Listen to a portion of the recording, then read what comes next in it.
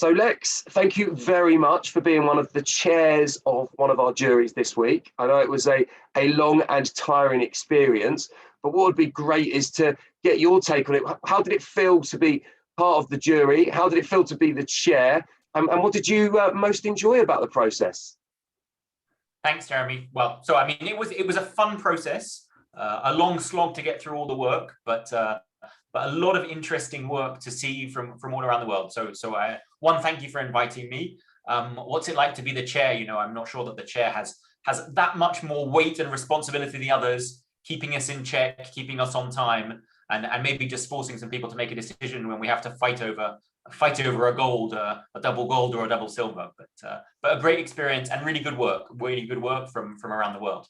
And that's what I was going to ask you actually. In terms of the work, do you feel like there was a great coverage of work from different parts of the world, number one, and in terms of the standard of the work, were you suitably impressed?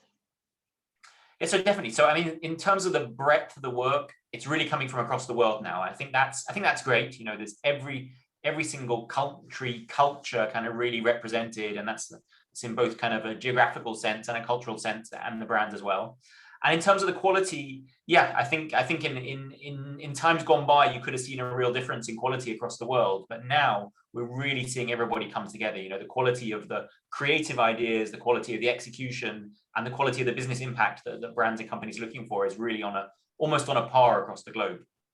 And that's great to hear. And kind of taking that into consideration, were there any kind of key trends, ideas, or creative or points that you thought actually that there was a real kind of edge towards that over the last year, or something that you think potentially was amplified or accelerated by the pandemic of the last year? Yeah, it's a great question. I think as usual, there's always lots of good creative ideas. That kind of is the norm. Maybe what's different. So clearly there was some work around COVID in the group. And so you've always got to judge that in a slightly different way and think about the context. You know, in the COVID context, work specifically around COVID has a special place. I think alongside that, we're seeing more and more purpose-driven work, which is great, because that really kind of that gets emotional, gets to the core of kind of the human condition and really helping us. And then I think the last piece, and the piece that's always really important for me, is the tangible business impact, you know, closing the loop, getting to the sale, thinking about how it moves the needle, not just on the brand and on emotion, but also on the business itself. Yeah, absolutely. And I think that was great to see. We did our Asia Awards earlier this year, and it was very clear that there was a real edge towards purpose across all of those campaigns. And I suppose one thing I'd love to ask is, was there one campaign or one idea or even one category or all of the above that kind of really stood out for you and you were kind of like, wow, that's pretty impressive, you know, I wish I'd thought of that idea? Well, so man, I always say I wish I'd thought of that idea. You know, there's probably two things that jumped out at me. One is some of the purpose-driven work. You know, it really hits hard emotionally, and so I think there was a campaign for drug driving from I think from New Zealand that really jumped out and kind of hit hard.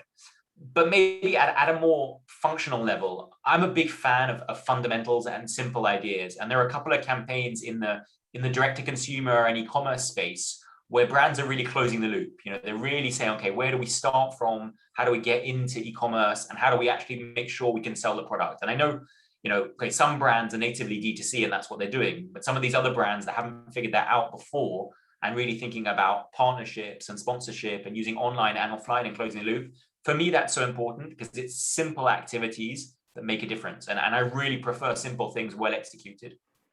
Yeah, which makes total sense. And in terms of the level, we talked about the level of work being very good this year, and actually, you know, some of the work there had this whole purpose-driven piece. I like the simplicity of what you're talking around from an idea perspective.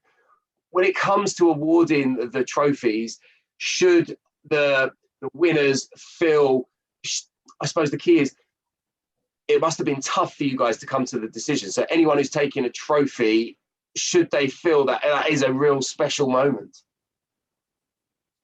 Yeah, definitely. You know, I mean, the quality of the work that's submitted overall is really high, and we've got to whittle that down. And then as a judging group, we've kind of got to fight over the gold, silver, bronze permission. And so I think I think each of those awards is really one, it really merits that position and merits the award. But there were a bunch of categories where we had to debate and really tease out what was the core idea, the core objective of the category, and whether they're meeting it. So yeah, every winner should feel proud that they've got their spot. There were no shoe-ins and no obvious winners from the outset. Brilliant. No, that's good. That's good to hear. We like to hear that. And on a personal level, what would you take out of the judging experience? What are the key learnings or the key thoughts that you've taken away, apart from the fact that it was very long? I think the judging experience in itself is great. You know, it's one, we get to connect and meet some other like-minded marketers from around the world. So doing this virtually has enabled us to talk to people across the world and to really have a diverse group of judges. There's some interesting insights in terms of how people analyze the categories and the work and look at it differently. And then there are a lot of parallels as well. So one, you can get some local or some regional experience from people saying, okay, listen, putting this in context, it's actually quite relevant. But then what's really, really clear as well is that as marketers, we all agree on what's important. We agree on human insights, on brand, on, as I said, moving the needle in business. And so those two things together make it quite an exciting and a really educational discussion. And finally, I suppose the key question is, would you recommend that marketeers, those in media folk, become a judge, and why? So, I mean, yes, of course, I recommend they become a judge because you've promised excellent lunches in the future. I didn't get one of those delivered at home. I think it's a great experience. You know, we're always learning as marketeers. You know, marketing is not a science that's wrapped up and done and dusted. And so seeing work from across the world, and digging in a little bit and trying to understand it can only help educate us as well. So there's an experience in terms of looking at the work and how we grow as marketers, an experience meeting other marketers and sharing with them. And obviously just being part of the Festival of Media is always great too. Fantastic. Well, thank you very much, Lex. Thank you for being part of the panel. Thank you for doing this interview. I'm looking forward to the ceremony on Thursday to find out who is taking home these trophies. And obviously anyone who wins one is going to be very well